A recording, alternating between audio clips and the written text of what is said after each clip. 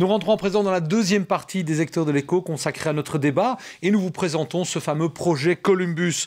Alors Jean-Yves Tilka, bonjour. Vous êtes le groupe R&D directeur de Carmeuse. Vous êtes un PhD en chimie mais aussi fort impliqué dans la valorisation du CO2, notamment au niveau européen. On va beaucoup en parler de ce CO2 aujourd'hui. Miguel Mateus, bonjour. Bonjour. Alors vous êtes le Head of Business Development France et Belgique d'Engie, mais vous avez aussi développé des projets en Australie pour Engie.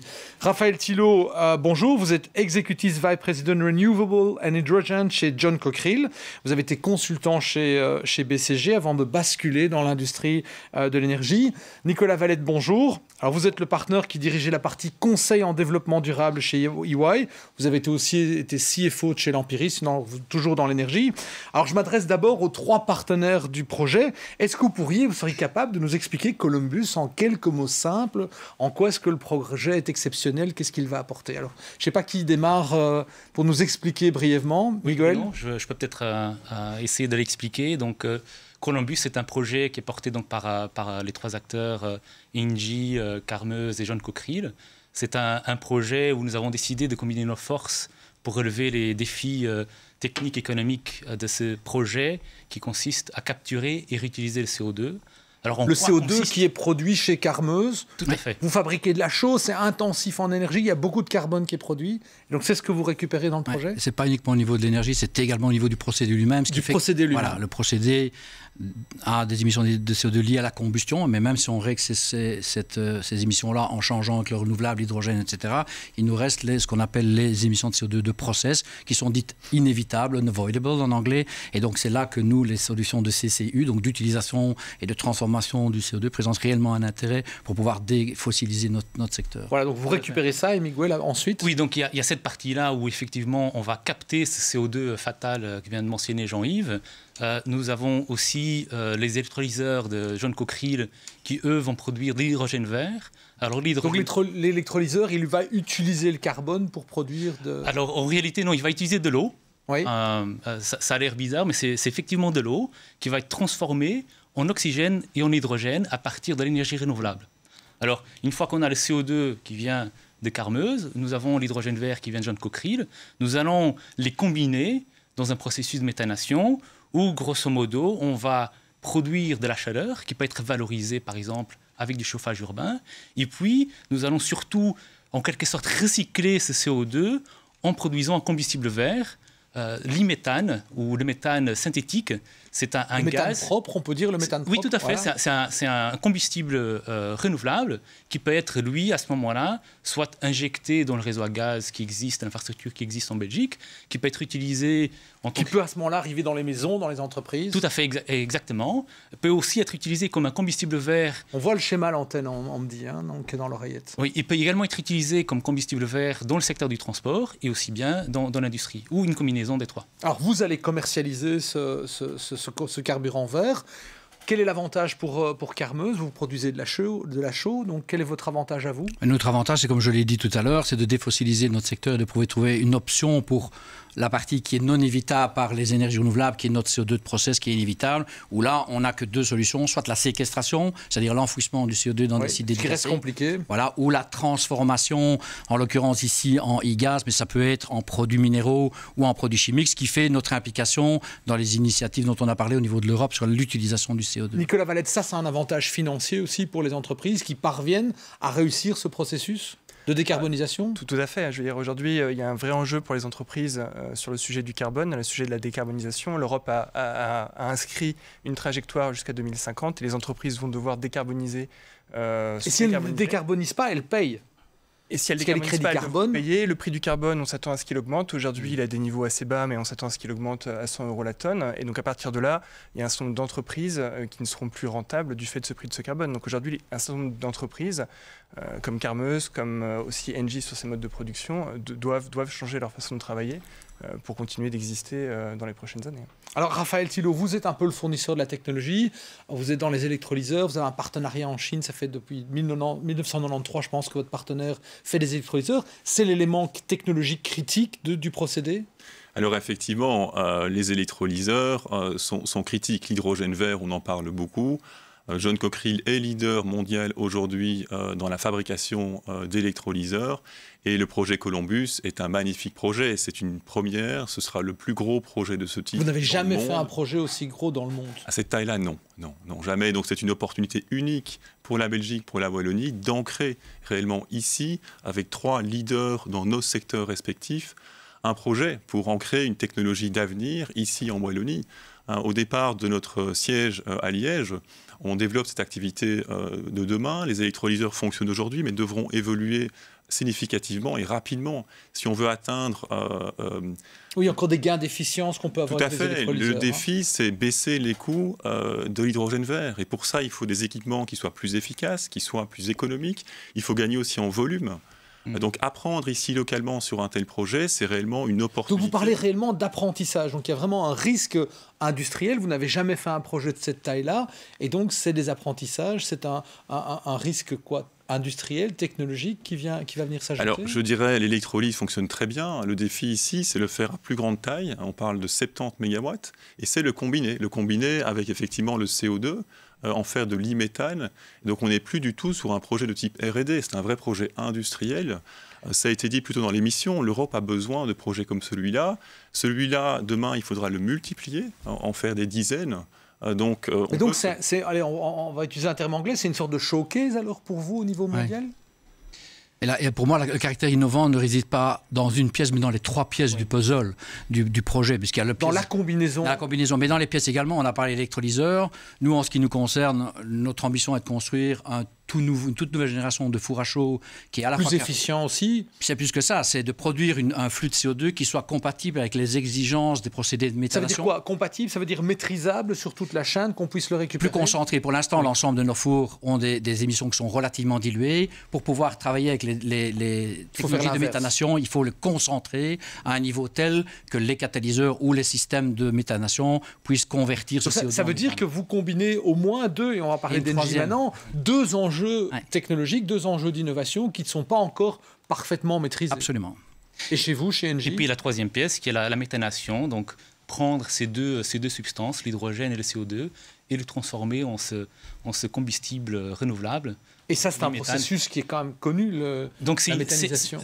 Méthanation, c'est une technologie qui existe, qui n'existe pas nécessairement encore à cette taille-ci, et qui n'existe pas nécessairement avec cet interfaçage, puisqu'au final, c'est une usine qui va devoir tourner en continu avec tous les aléas que ça peut causer, et puis aussi d'un point de vue commercialisation de ce combustible vert dans le marché belge. Je pense qu'effectivement, il y a le côté innovation de combiner ces trois pièces du puzzle, mais aussi de par sa taille. Et comme a très bien été mentionné, l'idée, c'est pas non seulement de faire ça une fois, mais après de faire une 2e fois, une 3e fois, une 4e fois, et qui cède avec des tailles de plus en plus conséquentes. Allez, on fait un peu de sociétal.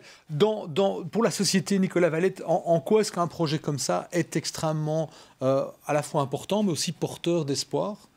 Il est important à plusieurs égards. On a fait une étude chez EY qui visait à recenser un certain nombre de projets qui allaient dans le sens de la transition énergétique au niveau européen. On a identifié 1000 projets qui pouvaient aller... Mais aucun de cette taille-là? Certains étaient en cours de cette taille-là, enfin commençaient, on est encore en phase de pilote, et je pense que sur la partie hydrogène, on est vraiment au début du voyage, on n'est pas du tout à la fin. Donc on avait identifié 1000 projets, et sur ces 1000 projets, on estime qu'on peut générer 2,8 millions d'emplois au niveau de l'Europe. Je pense que c'est un des enjeux aujourd'hui de l'Europe. Vous parlez d'emploi direct ou d'emploi direct et indirect? D'emploi au global, donc direct et indirect. Et c'est effectivement pour moi un des enjeux aujourd'hui de cette transition énergétique et de cet objectif que l'Europe s'est donné d'être carbone neutre en 2050, qui est aussi d'accompagner... Sans des projets comme ça, on n'y arrivera pas? Il est clair que sans des projets comme ça, on n'y arrivera pas. Vous disiez qu'on en a besoin de dizaines, mais je pense qu'on a besoin même plus que de dizaines pour arriver à remplir les objectifs d'être carbone neutre en 2050.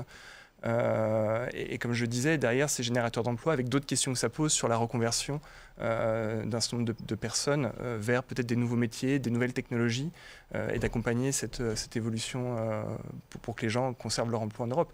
Et l'autre aspect qui est l'industrialisation de l'Europe, qui est souvent discuté. On l'a vu avec le Covid, les masques, les débats sur le vaccin. Et une logique aussi plus continentale qu'avant. Exact. Et donc on doit maintenir cette base industrielle en Europe. Et donc ce type de projet est formidable pour la Belgique, pour la Wallonie et pour l'Europe. Tout à fait. C'est vraiment à la fois un risque pour notre industrie, mais aussi une très belle opportunité. Donc on sait qu'on va devoir aller vers la décarbonation, on sait qu'on va devoir aller vite, et il faut que la Belgique saisisse ces opportunités-là. Et ceci c'est un projet qui permettrait de faire un premier pas dans cette direction-là. Alors nous sommes à la moitié de cette émission, on replonge dans le projet Columbus, dans les détails. On a parlé avec Benoît Gailly des facteurs importants dans un projet d'alliance de ce type. On a parlé d'IP, de protection de la propriété intellectuelle. On a parlé aussi de culture. Comment est-ce que vous allez gérer ça dans un projet aussi grand dans lequel, vous le disiez, il va y avoir des innovations? Comment est-ce qu'on va gérer l'IP qui va être généré, donc la propriété intellectuelle, ce que vous allez inventer, Miguel ou Raphaël Alors, en termes d'IP, donc propriété intellectuelle, donc ceci c'est une collaboration pour laquelle Columbus est le premier projet, mais on souhaite en faire beaucoup d'autres ensemble. Et donc c'est clair que malgré chacun... Mais l'IP va rester dans le projet, dans le véhicule du projet? Donc il y aura toute une série de choses qui vont devoir être créées pour faire que ces pièces de puzzle puissent fonctionner ensemble. Oui. Et cela, c'est quelque chose qu'on va partager entre nous, effectivement. Et donc vous allez breveter, Raphaël, en cours de projet, vous allez breveter ce que vous allez découvrir ou pas? Donc pour compléter ce qu'a dit Miguel d'Engie, ce qu'on va développer ensemble, donc ce qu'on va développer de nouveau ensemble sera partagé entre les partenaires. Ça veut dire qu'il y aura une copropriété de la technologie qui sera développée? Pour la partie nouvelle qu'on va co-développer ensemble, effectivement. Ouais. Ouais. Ok, donc ça c'est prévu, vous avez des contrats, vous faites des contrats à ce moment-là. Et sur la culture, alors on le sait, un des enjeux quand on a des alliances, c'est de mixer des cultures. Je peux pas, vous êtes tous des industriels, mais je ne peux pas penser qu'il y a un parfait alignement culturel. Comment est-ce que vous allez gérer ça? Il est déjà pas mauvais, je crois, l'alignement, ce qui fait d'ailleurs la preuve de notre participation à ce projet. Je peux vous dire, vous avez l'air de correctement vous entendre, plus que correctement vous entendre. Ça. Donc, culturellement, il faut savoir que ce sont quand même 3 sociétés qui ont un ancrage local très fort, qui se connaissent très bien. Dans la façon... Ça veut dire que vous connaissiez avant Columbus? Oui. Donc je crois, et ça c'est quelque chose de personnel, je crois au fait que l'homme joue un grand rôle dans ce type de partenariat. L'humain. Nos CEO se sont rencontrés et se sont parlé et ont mis toute leur énergie et leur effort dans ce projet-là. Et donc il y a réellement alignement au niveau des 3 sociétés qui se connaissent très bien. Au niveau de la culture que l'on met en place, on a une culture même de gestion. Donc Miguel est chef de projet, mais il pilote des gens des différentes équipes dans les différents tracks, comme on les appelle, c'est-à-dire les différents work packages du projet. Et donc, je crois que les cultures se sont relativement bien alignées. On a des objectifs et des ambitions au niveau changement climatique et énergie renouvelable qui sont similaires. Et je crois que la façon dont on peut atterrir avec un projet de cette ampleur-là est la meilleure démonstration que les cultures d'entreprise sont bien alignées. Et peut-être pour compléter, je pense qu'un partenariat, c'est la seule façon de résoudre rapidement les défis qu'on a devant nous. Parce que la solution... je pense qu'aucun des 3 ne la détient chez lui entièrement. Donc c'est en mettant en commun qu'on va réussir ensemble rapidement. Et enfin, on va aussi être plus efficace parce qu'un partenariat permet d'aligner les intérêts, l'objectif final, on est pleinement en phase. Et du coup, les équipes partagent beaucoup plus librement, beaucoup plus efficacement pour aller plus vite vers l'objectif. Et d'ailleurs, nous avons des équipes mixtes des différentes sociétés avec une gouvernance commune et un steering committee commun. Donc on est vraiment en train d'avancer tous dans la même direction.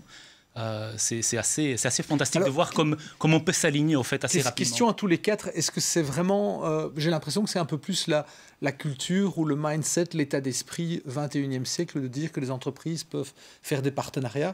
J'ai pas l'impression qu'au 20e siècle, c'était tellement la culture et que maintenant, avec l'accélération de la vitesse, mais je crois vous seriez vu faire ça il y a 15 ans, il y a 20 ans? En partie, pour une raison très simple, c'est que, comme Benoît l'expliquait, l'écosystème wallon est tout à fait particulier. Benoît Gailly. Oui, tout à fait, monsieur Gailly.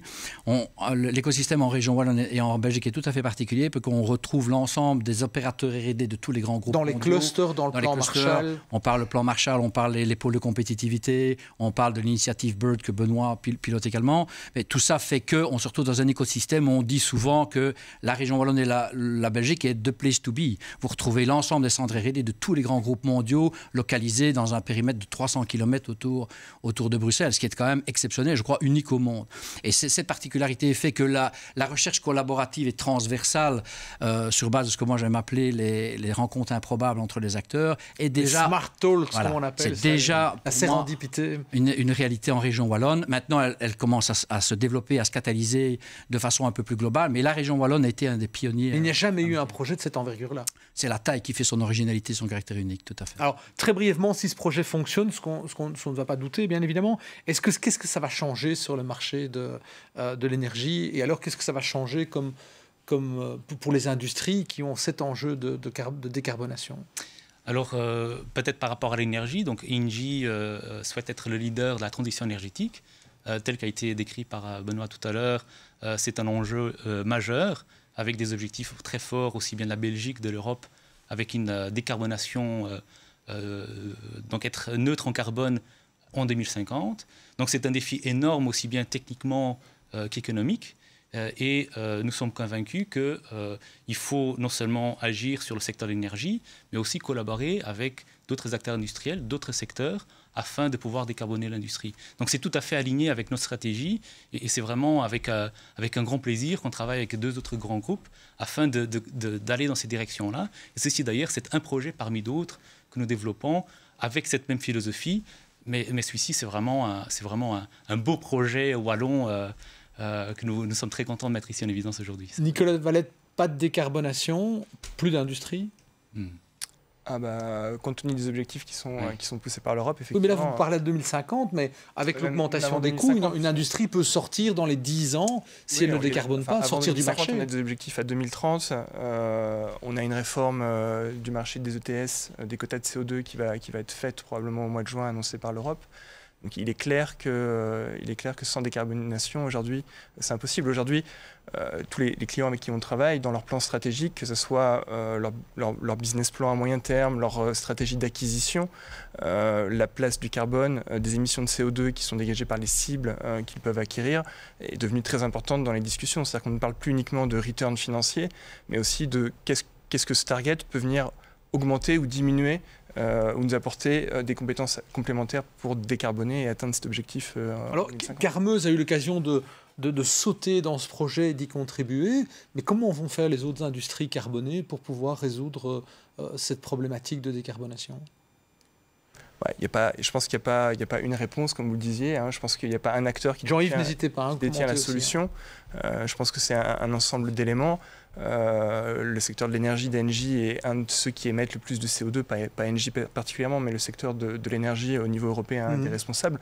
Le transport, l'isolation des bâtiments. Donc il y a plein de c'est une multitude d'actions, de solutions qui permettront d'arriver à... Et je crois que là-dessus, si je peux rebondir, j'aime toujours à dire qu'on ne doit pas parler de décarbonisation de l'industrie, mais de défossilisation de l'industrie. Le carbone restera un vecteur dans l'industrie chimique, dans l'industrie du transport. On va faire du e-méthane, il y a du carbone dans le méthane, mais on doit simplement le défossiliser. Donc ça, c'était peut-être une précision. Pour ce qui concerne l'industrie, les moyens qui sont à notre disposition sont clairs. C'est l'optimisation énergétique des procédés, c'est le remplacement des combustibles par des combustibles verts. Et pour tout ce qui concerne ce qu'on appelle chez les cimentiers, les sidérurgistes et les chaux-fourniers comme nous, les émissions non évitables, c'est la séquestration, c'est-à-dire la concentration, la mise dans un pipeline et puis l'enfouissement comme déchets, ou l'utilisation. La valorisation. Voilà, et je rappelle que dans la valorisation, on le traite très bien dans CO2 Value Europe. On parle de fuel, mais on parle de produits chimiques, on parle de minéraux. Donc il y a une multitude de solutions d'utilisation qui existent maintenant sur le marché et qui, par leur multiplication et leur nombre, feront qu'on pourra probablement atteindre les objectifs. Ouais. Parfait. Donc le message qu'on peut lancer aux téléspectateurs, c'est que l'industrie, elle est occupée à se défossiliser et il y a des solutions concrètes qui fonctionnent. Oui, et ça doit se faire maintenant. Parfait, ce sera le mot de la fin. Merci à vous d'avoir participé à cette présentation de Columbus. Bonne chance. J'espère que vous reviendrez nous expliquer comment est-ce que le projet fonctionne dans les prochains mois, dans les prochaines années. En attendant, je vous propose une rapide page de publicité et puis on interview Mathieu Yels, qui est le CEO de John Cockerill Energy. À tout de suite.